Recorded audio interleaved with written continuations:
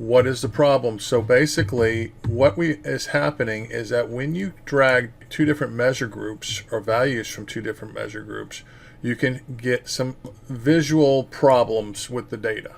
So here we just dragged on gross profit, and this all looks good, right? So it's 2007. We have accessories, components, which is part of a item dimension, and its attributes, and everything looks very good here and very tight, and there's no problems. Okay, but then let's say we go up and we change this and we bring in our exchange rates. Now exchange rates is another measure group in the AdventureWorks cube.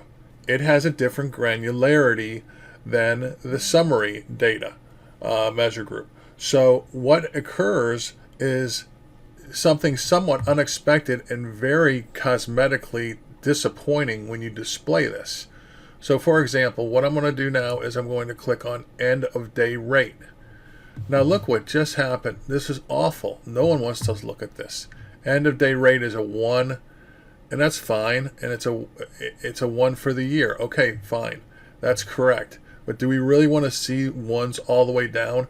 And even worse than that, these are a bunch of product models that weren't even sold. So just because the nature of the display of this different measure group, it's starting to display everything, and it becomes a very hindrance to any user, and it's horrible. Between the way they set up sales targets and the way they set up exchange rates, I want my exchange rates to act when it gets to the pivot table the same way sales targets works, without a lot of extra coding around calculator members.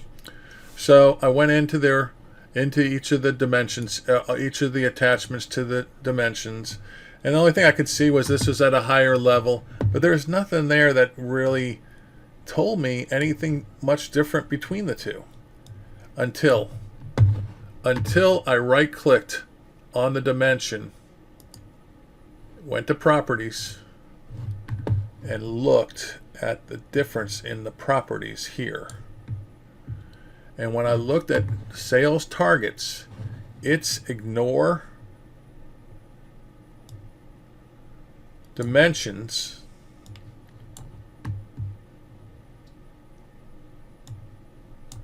right here was set to false. And then, of course, I went to exchange rates. Oh, and it was set to true. And I said, ignore unrelated dimensions. Okay, that sounds like it probably is it. Doesn't really make sense. It's almost like a double negative. I'm not sure. But anyways, I said, okay, what the heck? I'll double click. I'll go ahead and change that to false too. All right. So I change it to false. I save it. And I go ahead and redeploy the cube without having to rebuild it, which was pretty darn nice. I could get that property over there without having to rebuild the cube. I want to go to the area, right? This is the garbage stuff we didn't want to see, right? All these ones, it's just garbage. Okay, that should be blanks. So now, after we changed that property and went to data and went to refresh all, lo and behold, it's perfect. This concludes this video. Please come and see more of my videos at www.sequelcoop.com. Thank you.